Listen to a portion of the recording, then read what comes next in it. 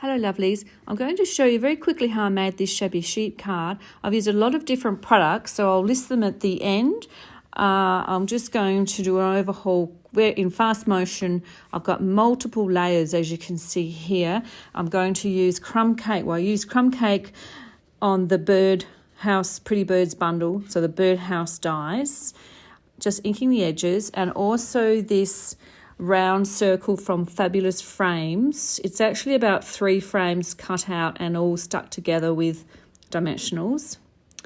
All these layers here, you can see, that was basic white, just inked in a bit of green. This is designer series paper from Rings of Love, which was from the celebration last month. That is basic grey or grey granite, it doesn't matter which one. The next layer is basic white again, and I'm just inking all the edges. And the next one is Blushing Bride, and then of course the base card. That's the base card, which is basic white. Now I die cut all those rectangles with the Deckled rectangle dies, and as you can see, it's given me lots and lots of different layers with very little effort. Now I'm stamping some fonts from a retired stamp set, but you can use lots of different ones to get that, just some fonts or some letters on the card. Now I'm going to add more distress to those deckled edges of the cardstock, just distressing it a little bit more using my bone folder. You can use your scissors, or if you have a distressing tool, that'll work as well. Now I've layered them all down onto the card base again, and I'm just rolling up the top piece just to give the edges a little bit of a curl, give it a bit of a worn look, and that's all the layers of the card. Time to adhere them all together. So the basic white goes onto the Blushing Bride, and then the grey granite goes onto the white. Distressing edges as I go. The more you work them, the more the fibres break up, and it becomes looks really good. I love it. So just work the edges, take your time, have some fun. The next piece was the Rings of Love designer series paper. I picked that because I like the colours. I like the pale pinks and the soft greens on that one. And this last piece, that was actually coloured with a little bit of Pear Pizzazz.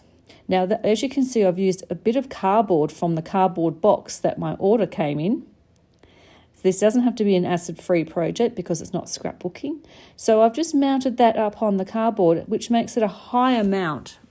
It sits up higher than a dimensional. Now I'm adding some of the ribbon, which is still current, and it's called Diamond Weave Ribbon. A little bit of double-sided tape and stick it down. Now that is very vanilla colour, but I'm not worried about it matching the basic white. I just wanted a vintage look, and that ribbon suited it fine. You can see I'm fraying the edges of the ribbon and placing it down. Now I'm going to glue all those layers onto the base of the card, making sure it's the right way up. I haven't glued that piece yet. I'm just still fixing and tweaking it. Now about to glue it. There we go. So let's see, I've used 1, 2, 3, 4, 5, 6 layers there of cardstock. I've just stamped in basic grey or grey granite, doesn't really matter which one, a sentiment. I've used, what stamp set have I used? Charming Sentiments, excuse me, which is a lovely one.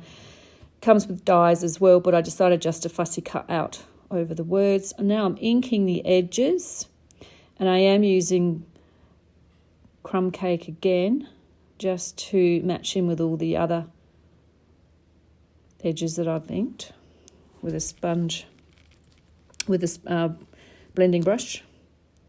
And I'm just going to add a little bit of roughness to this piece with my scissors, which is another technique you can use. It's far more effective than your bone folder. It tears up the paper a little bit more. It does leave crumbs about the place, but I think it's well worth the effort.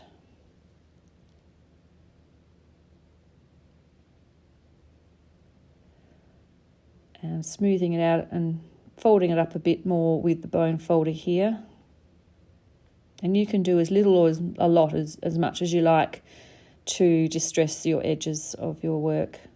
I did sponge it first. You can top it up if you've got extra white bits of edge showing. Next is to start placing things on the top of the card to work out where you want to put them.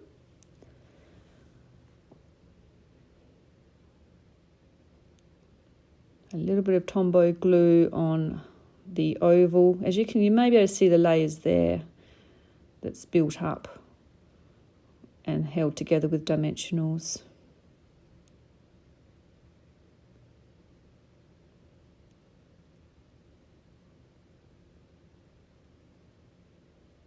A good way to use up your dimensional edges is by and a good way to do labels is with the long stretches of the edges of the dimensionals. I didn't put dimensionals on the right hand side because that's just overlapping the card on the edge. I'm just adding the bird cage now, sneaking that in behind. The fun thing about Shabby Chic is anything goes. You can put it in front, behind. Not everything has to be seen. You can do layers and layers and layers and have a little bit of everything showing. Glued that directly onto the card with the glue there. And now you can see I've got these pre-made flowers. These are from my craft stash. Now I did not make these, but I will do a tutorial how to make them, and I've done a tutorial how to make a different style of flower as well. But this was a personal card I made for a friend, special card, and I just wanted to make it just for her, not really for anything else, but I thought I will show you how I made it.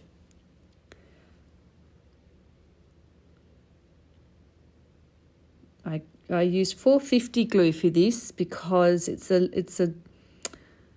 I just find it a little bit easier. It's a different type of consistency than the Tombow, even though I love the Tombow. And now I've got these gorgeous leaves, and they are from the Aspen tree dies. That was again a free product from Celebration, but you can still buy it. It's still current, and it comes in a bundle with a bird stamp. I can't remember the name of it. You did see I gently, lightly added a little bit of ink. Would have been Pear Pizzazz to the tops of the leaves. And if you look closely, these leaves have a beautiful embossed vein going through them, and that happens when you cut them. So the die actually embosses and cuts at the same time. I'm just giving the leaves a bit of shape with my fingernails, just to bend them up a little bit, and just sneaking them in and around all the elements on the card to however I want to make them fit. There's no right and wrong where they go. Adding that element of green to me pops it, especially when you have flowers on a card, and gives it life because it's quite neutral in the colours that I used for the base of the card.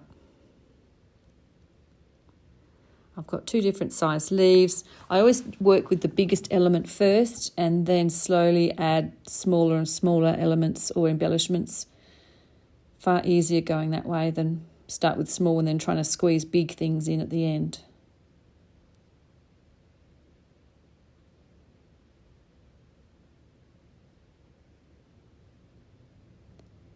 Take your pick tools, always a handy craft tool to use. Now this is gorgeous seam binding ribbon. That's in the soft seafoam colour. I love seam binding ribbon because it is so soft and pliable. I'm wrapping it around my fingers. I think that was about 4 times. I wanted to make a lush bow. I got a bit tangled up there, but I wrapped it around. I found my anchor point where my fingers are holding it, and I've squeezed it together in the middle and have a separate piece cut off, which I advise you to cut first, not like I did. Cut that off first and then wrap the ribbon around and run around your fingers. Tied it with a double knot here, as you can see, and that, after a little bit of tweaking and playing around, becomes quite an elaborate bow with really, it looks more complicated than it is. So I'm just now gently teasing out the ends of the bow. It's probably easier to do it once you've glued it down, but I wanted to see how it looked before I put it on.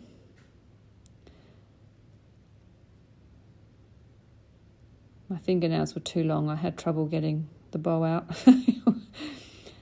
And then play around where you want it to fit on your card. I decided to keep it down the bottom left-hand corner. And again, I just trimmed off the tails. Always keep a sharp pair of scissors just for ribbon for that. And there I am using the 450 glue again to make sure that bow does not go anywhere. The good thing about 450 is it doesn't bleed through to your ribbon. I never use Tombow to glue ribbon, or rarely do, because it'll bleed through and everything gets tacky. So once that's set and dried, I can then tweak that bow a bit more. Excuse me.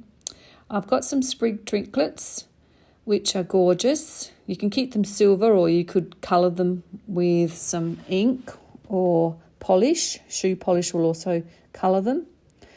Tombow 450 glue again. Snuck it in tucked it in under the flower, and that will set in about 20 minutes, solid hard.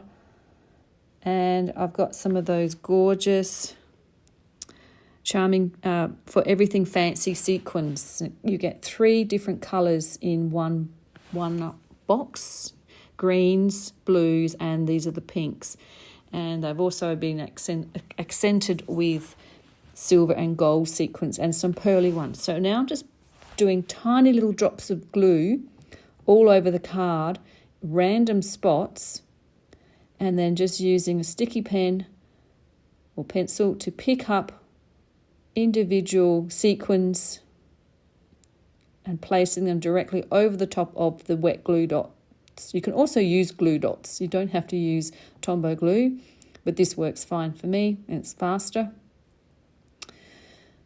The hardest part is choosing which one to go where on the card, but that last little touch of sequins or bling was always a pretty thing at the end of a shabby chic card, or any card really. And that's it, folks. That's the shabby chic technique. I hope you enjoyed that. You can see other tutorials on my YouTube. If you subscribe to my YouTube, you'll get notices when they come out, as well as potential classes that I'll have on offer or tutorials that I'll have for sale. So please go to my website, shanihaines.com, or subscribe to my YouTube channel and enjoy your crafting. Have a lovely rest of your day, and I will see you soon again. Thank you. Oops. And then I am adding some more pearls.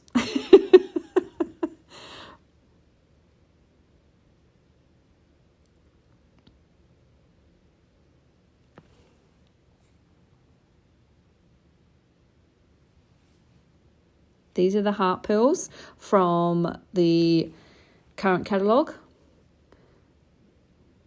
They come in 2 different sizes.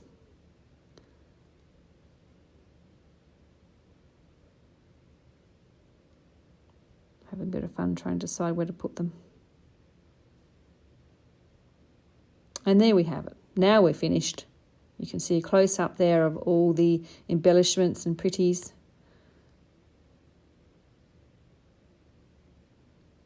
Thanks so much for watching.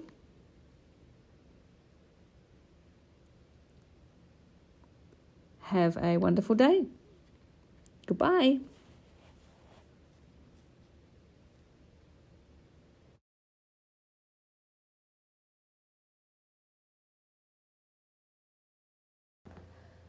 Here are the products listed as promised that I used in this card.